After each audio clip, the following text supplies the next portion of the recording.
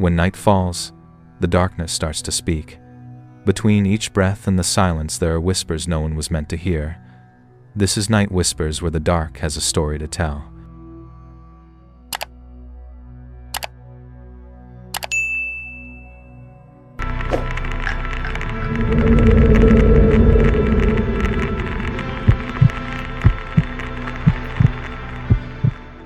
When my girlfriend and I finally moved into our dream home, everything felt like the beginning of a perfect chapter. Soft light through the windows, the quiet hum of the countryside, and our rescued cat Bella exploring every corner. It was peaceful, almost too peaceful. The only thing that seemed out of place was the house next door, unfinished, abandoned, and watching us in silence. The house next door looked frozen in time, half-painted walls, tools scattered, and a missing fence that left our gardens wide open to each other. It wasn't just unfinished, it felt forgotten. At first, the open space between our homes seemed harmless, even convenient. But every time the wind drifted through that gap, it carried a strange stillness, as if the abandoned house itself was breathing quietly, waiting for something or someone to cross over. Behind the abandoned house stood another property, its fence barely holding back the noise of laughter and footsteps. A group of young men lived there, often cutting through the empty yard as if it were their own shortcut to the street. At first, we didn't mind, it seemed harmless. Maybe they even knew the owner. But over time, their casual trespassing began to feel less like habit and more like intrusion, a quiet warning we failed to recognize. On our first night in the new house, the air felt still and calm until we noticed him. A man stood at a window in the house behind us, motionless, his face drained of any emotion. He didn't flinch, didn't look away, just stared as if studying us through the dark. There was no light in his room, only that pale silhouette framed by the glass, watching, patient, deliberate, and terrifyingly aware. At first we brushed it off, maybe he was just curious about his new neighbors, but that blank, unbroken stare stayed with us long after we went inside. The following days felt ordinary enough, a calm we mistook for safety. Then, one quiet night beneath the stars, our peace shattered. The sound of wood scraping against wood echoed from the fence, slow, deliberate, as if someone was prying their way into our garden. 3 men stood at the edge of our garden, silent and staring, their presence heavy in the cool night air. I forced a nervous laugh and asked if they were okay, though my voice trembled. The youngest, holding a bulky bag, offered us stolen washing tablets as if it were the most casual thing in the world. We declined, trying to mask our fear with humor. He smiled faintly, said, "Okay," and walked off, but his eyes lingered longer than they should. They left as quietly as they came, but what unsettled me most was their confidence, the way they stepped into our garden like it belonged to them. No hesitation, no apology, just entitlement wrapped in silence. We told ourselves it was a one-time thing, but it wasn't. Soon they started showing up again and again, lingering longer, watching us moving with a purpose that felt less like curiosity and more like a warning. They began slipping through the abandoned house as if it were a doorway made for them, lifting the loose fence between our gardens and strolling through without a care. It was bold, too bold. My girlfriend and I were only 20, barely settling into adulthood, and the thought of those men using that broken space to corner or scare us crept into every quiet moment. Their casual trespassing no longer felt harmless. It felt calculated.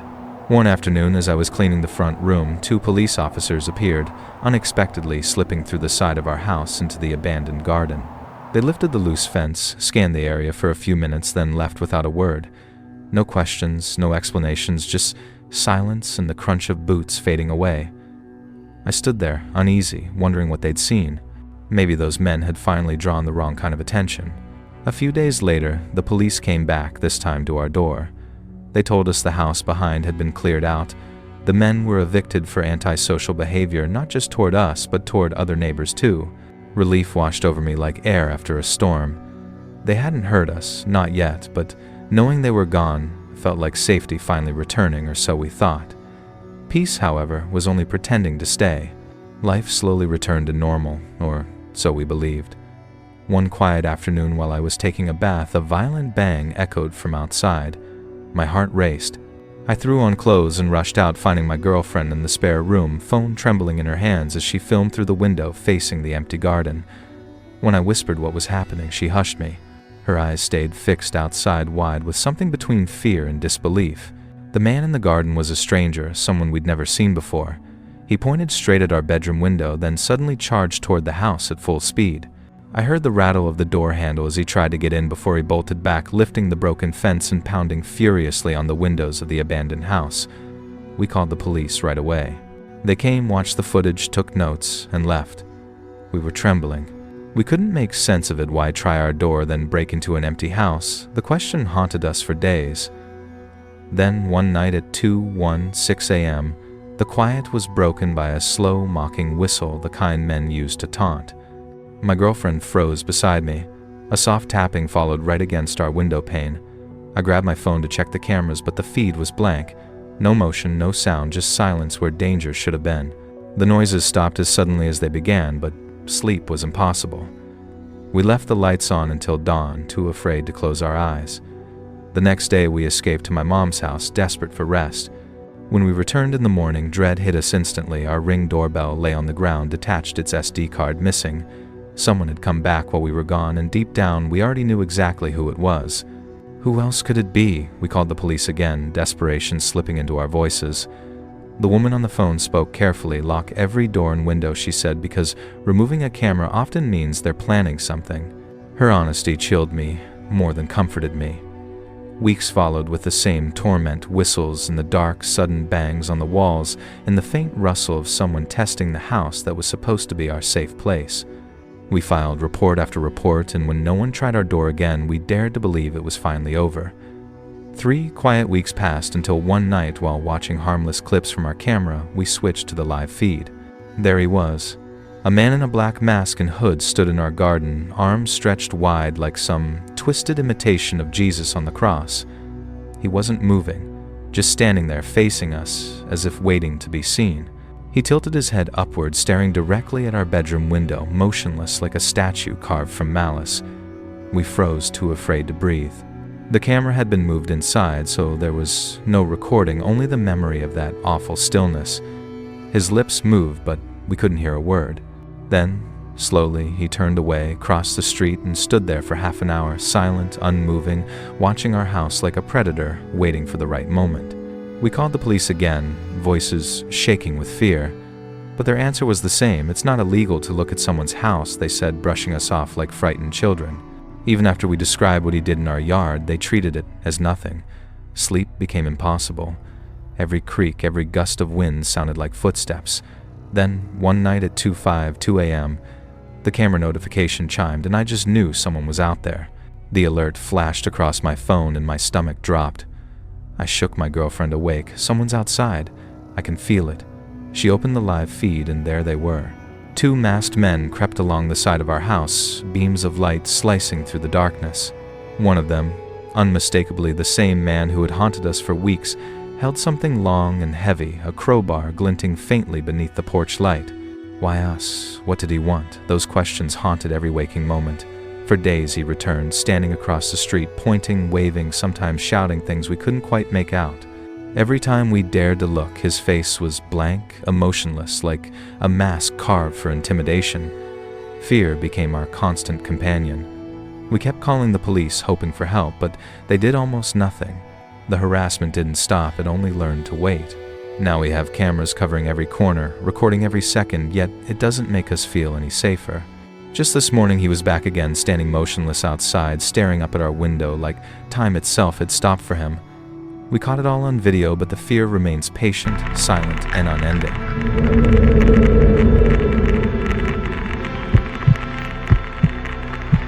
Let me start by saying I know how this will sound, paranoid, impossible, maybe even insane, but I need you to believe me. Everything I'm about to tell you is real. It began subtly, like the world around me was tilting just a little off-center. Faces started to blur, voices echoed from my past, and soon I couldn't tell what was coincidence and what was stalking me in plain sight. It began with a face, or rather many faces, that looked almost right but never quite were. 3 months earlier, I had ended things with Caleb, my ex of nearly 2 years. He wasn't violent, not in the obvious way, but his control seeped into every part of my life, quiet, careful, constant. He didn't need to raise a hand. His power was in the way he made me doubt myself without even realizing it. It was the worst kind of control, the kind you can't see until you're already trapped. He'd track when I was online, ask the same questions twice just to catch me slipping, smiling as if it were a game. When I finally escaped, I changed my number, deleted every account, and moved to a new apartment. I thought I was free. Then, one ordinary Tuesday morning, the barista at a coffee shop said something that made my blood run cold. I stopped at a tiny coffee shop near my new apartment, the kind of place that feels safe because it's small and quiet. The barista smiled as I approached her, warmth almost disarming. But then she tilted her head, still smiling, and said, "Good morning, Sunshine." My heart dropped. That nickname, Sunshine, was Caleb's. He used to say it when he wanted to remind me I belonged to him. Hearing it again felt like he'd just found me. Sunshine wasn't just a nickname, it was his way of twisting the knife. Caleb would say it with a smirk whenever I cried, his voice dripping with mockery. "What's wrong, Sunshine?" He liked watching me unravel. I told myself the barista was a coincidence, nothing more. But a few days later, in a ride share to work, the new driver, an older man, maybe in his 50s, glanced at me in the mirror, and something about his smile felt wrong. The driver kept sneaking glances in the rearview mirror, eyes studying me like he was trying to place a memory. Then, in a tone too casual to be random, he asked, "Ever figure out what you're running from?" My blood ran cold. That exact sentence, every word of it, had once come from Caleb's mouth when I told him I needed space. I managed a week. "What?" He just chuckled, shaking his head as if we shared a secret I'd forgotten. Caleb had once leaned in close eyes, cold and unblinking, and asked that same question, "Ever figure out what you're running from?" Now, two strangers had echoed his words exactly. It didn't stop there. At the grocery store, a woman brushed past me and hissed, "You don't get to just disappear." Later, a man walking by smirked, muttering, "Still wearing your hair like that." Each phrase was a ghost from my past, now wearing someone else's face. Even someone from my own building joined the pattern. As we passed in the hallway, he hummed a tune, Caleb's tune, the one he always played after our fights, then said softly, "You always liked this song." My skin crawled. It wasn't the faces that scared me. It was their eyes, all carrying the same knowing stare, as if they remembered parts of me they were never supposed to know. Different faces, same haunting familiarity. I began to wonder if I was losing my mind. What else could possibly explain it? Desperation drove me to do something I swore I wouldn't. I reached out, not to Caleb, but to his sister. I begged her to tell him to stop, convinced he must have hired someone, maybe a private investigator, to track me down. Perhaps he was feeding strangers my secrets, weaving my life into some sick performance I never agreed to join. All I wanted was for it to stop. The next day, his sister replied, "I don't know what you're talking about. Caleb's in rehab 6 weeks now, no phone." I didn't believe her. It felt like another one of his manipulations, a lie wrapped in sympathy. But a week later, I saw her post a photo on Facebook, Caleb gaunt and hollow-eyed, holding a one-day sober chip. My heart sank. If he was locked away, then who was haunting me? So it couldn't have been Caleb, at least not directly. Still, I couldn't shake the feeling that these strangers knew things only he should have known. Every word, every glance carried his fingerprints. One night I stayed late at work just to avoid going home. Nothing had happened there yet, but the silence inside my apartment felt wrong, heavy watched. By 10 p.m., I finally packed up, telling myself I was being paranoid. I wasn't. I finally decided to call it a night. The streets were quiet as I walked the 10 minutes home, head-down headphones, and no music playing, just silence and the sound of my own footsteps. It's a habit I'd developed to know if someone was behind me. When I turned onto my block, the air shifted. A figure sat on the stoop across from my building, still almost expectant, like he'd been waiting for me all along. He was a young man, hood up, face hidden, head bowed low. I almost walked past without a glance until he spoke. "Cold out tonight, huh, Sunshine?" The word hit me like a slap. Sunshine. I froze mid-step. He never looked up, just kept staring at the pavement as if reading invisible words. My pulse hammered as I slipped past him, silent. Once inside, I locked every bolt, every latch, as if that could keep his voice out. I sat on the couch for hours, too tense to move, listening to the kind of silence that hums louder than sound. At some point, exhaustion won, and I drifted off. Morning came pale and uneasy. When I opened my door, my doormat was flipped upside down. It seems small, I know, but I live alone on the top floor. No one accidentally passes by my door. Someone had been there. Someone wanted me to know it. On the underside of the mat, words were scrawled in ink. "You can change your face too if you want, but I'll still recognize you." My stomach twisted the moment I read it. I didn't even understand what it meant, but fear made it clear enough. I ran to the bathroom and threw up. That same day, I booked a hotel for the weekend, left without packing a single thing. I didn't even feel safe touching my own clothes. I just needed people around me, noise, life, anything that wasn't silence. The hotel clerk gave me a small fourth-floor room, a little cramped, but safe enough, or so I thought. Around 2 a.m., 3 slow, deliberate knocks echoed through the door. I froze, heart pounding. After a long pause, they came again. I crept to the peephole and looked. A woman stood there, maybe in her 40s, her face, blank eyes fixed straight ahead. Her face was empty, no anger, no emotion, just a hollow stare fixed on my door like she was waiting for it to open on its own. She didn't speak, and neither did I. Minutes crawled by until she finally turned and walked away. I barely slept after that. The next morning, I asked the front desk who had come to my room. They looked confused. No one should have been on my floor, especially at that hour. Every room on my floor was empty. That's when the truth hit me. These people weren't random. They were being fed with my details, repeating Caleb's words like rehearsed lines. But if it wasn't him, then who was behind it, and why I thought of Caleb in rehab, trapped but still scheming, his obsession with control so deep he couldn't bear the idea of me living a life untouched by his shadow. Caleb didn't need to knock on my door himself, he just needed to make others do it for him. That thought kept me awake at night. I began digging, searching for connections, and then I remembered a conversation from months before the breakup. Caleb had mentioned some kind of online forum, a place where people exchange tactics. He described it as a self-improvement group, but the way he smiled back then told me it was something darker. Let me start by saying I know how this will sound, paranoid, impossible, maybe even insane, but I need you to believe me. Everything I'm about to tell you is real. It began subtly, like the world around me was tilting just a little off-center. Faces started to blur, voices echoed from my past, and soon I couldn't tell what was coincidence and what was stalking me in plain sight. Let me start by saying I know how this will sound paranoid, impossible, maybe even insane, but I need you to believe me. Everything I'm about to tell you is real. It began subtly, like the world around me was tilting just a little off-center. Faces started to blur, voices echoed from my past, and soon I couldn't tell what was coincidence and what was stalking me in plain sight. It began with a face, or rather many faces that looked almost right, but never quite were. 3 months earlier, I had ended things with Caleb, my ex of nearly 2 years. He wasn't violent, not in the obvious way, but his control seeped into every part of my life, quiet, careful, constant. He didn't need to raise a hand. His power was in the way he made me doubt myself without even realizing it. Let me start by saying I know how this will sound paranoid, impossible, maybe even insane, but I need you to believe me. Everything I'm about to tell you is real. It began subtly, like the world around me was tilting just a little off-center. Faces started to blur. Voices echoed from my past, and soon I couldn't tell what was coincidence and what was stalking me in plain sight.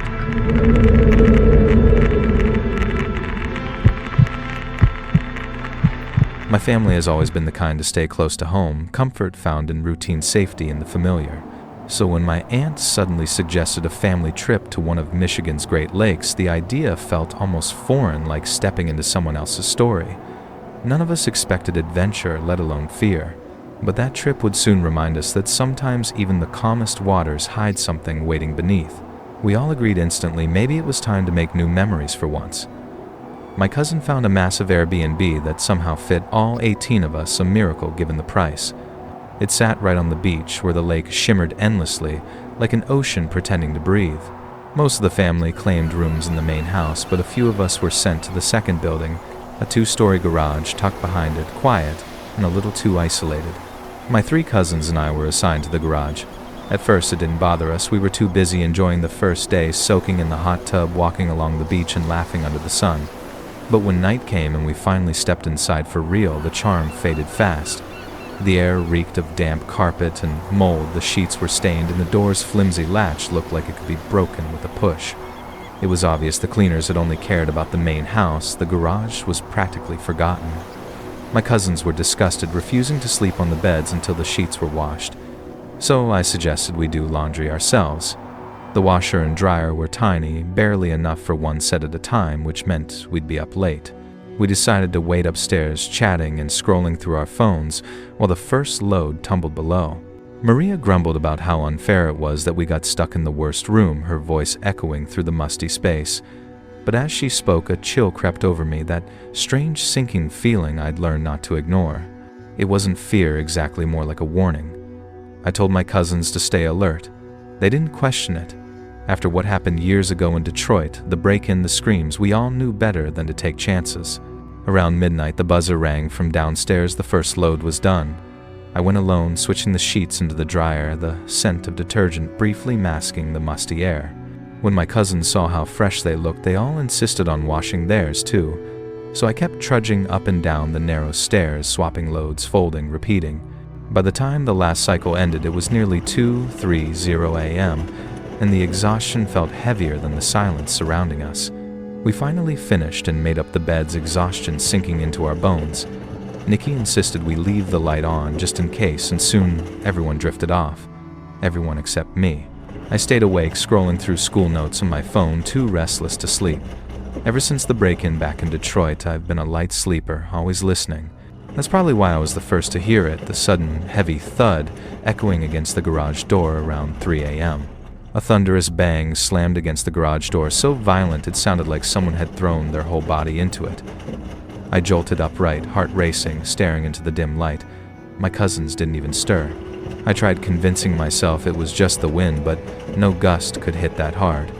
I lay back down, forcing calm, but before my breath steadied, it came again, the same bone-shaking crash, louder this time, echoing through the walls. This time, the entire garage door rattled metal, groaning from the force. The floor vibrated beneath me. Whatever hit it wasn't an animal or the wind. I was wide awake now, staring around the lamplit room while my cousins slept completely unaware. 20 long minutes passed, thick with silence, before it happened again, the third deafening boom. The whole structure shuddered, and this time 2 of my cousins shot up in bed, eyes wide with fear. I whispered, "Did you hear that?" though I already knew the answer from their faces. Nikki's voice trembled. "What was that?" I swallowed hard. "I don't know, but it's the 3rd time." We all sat frozen, knowing no wind could make a sound like that. Nikki grabbed her phone and texted her mom, my aunt.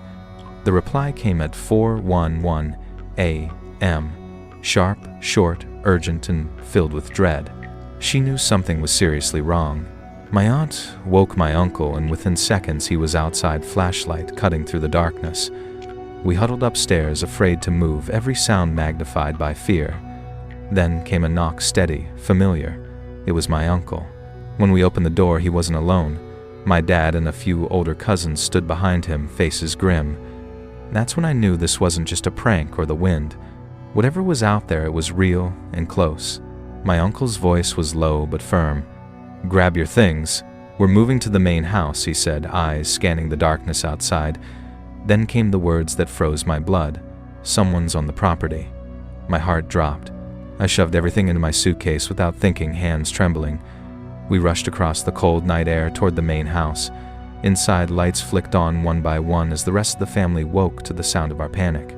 We gathered in the living room, voices low and trembling, trying to make sense of it all.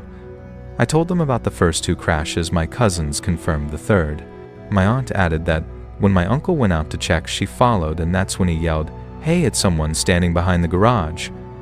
At that exact moment, the main house door slammed shut behind her. There was no wind, no draft, just the unmistakable sound of something unseen moving. Terrified that someone had slipped inside, my aunt rushed to wake my dad and the older cousins. They searched every corner of the house, but no one was there.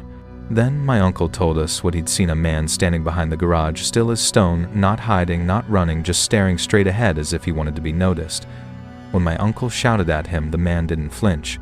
He simply stood there as though waiting. Then, without warning, the man turned and walked away, not into the shadows, but into nothing. He simply vanished. No crunch of leaves, no footsteps, just silence swallowing him whole. My uncle swore it wasn't a trick of the light. He's not the type to make things up. A calm, rational man, which somehow made it worse. My brothers later added they'd found 2 jester cards, one tucked inside the main house, the other lying on the garage floor. The card found in the garage looked twisted, the jester's grin stretched unnaturally, eyes painted like black voids. One of my cousins muttered that jesters often symbolize mockery, and the banging noises had all happened around 3 a.m., the devil's hour. It felt deliberate, like we were being toyed with. My uncle searched the ground again, hoping for any trace of footprints, but there were none, only his own and my cousin's. The stranger had left nothing behind. One of my cousins even drove down the road during the chaos, hoping to spot someone fleeing, but the streets were empty. Not a soul. That morning, none of us dared return to the garage. We all crammed into the main house, sleeping on floors, couches, anywhere with space. My mom even gave up her bed for us. The next night, she slept on the couch near the big windows. Around 4 a.m., something woke her, a sound that would freeze her blood. She woke to the sound of footsteps on the porch, slow, deliberate, right outside the window. She didn't dare open her eyes, terrified she'd see someone staring back. Then came the rattle of the basement door. The lock was weak, and my brothers and cousins were sleeping down there. Someone was trying to break in. My mom bolted toward the basement, heart pounding, but by the time she reached the beachside entrance, it was too late. No one was there, the boys still sound asleep. That ended up being our last night there. We were supposed to stay until Tuesday, but by Monday morning, everyone had agreed we were leaving. On the drive home, we couldn't stop replaying everything that had happened, trying to make sense of it. When my mom learned I had gone downstairs alone to do the laundry, she went pale. Her theory was chilling. Someone had been watching me that night and thought I was alone in the garage. The timing chilled us. My last trip downstairs matched perfectly with when the banging began. Theories started flying. Some thought it was just a neighbor trying to scare us off, maybe annoyed by tourists. Others whispered it had to be something paranormal, especially because of those eerie jester cards. My aunt said what we were all thinking, a normal person would have run the moment my uncle saw them, but that man didn't move. He wanted to be seen. But the man never ran. He simply watched, then vanished as if he'd never existed. We called the Airbnb host, who promised to review footage from the camera above the garage door, yet she never followed up. Days passed and doubt crept in. Did she know that man? Was he a neighbor?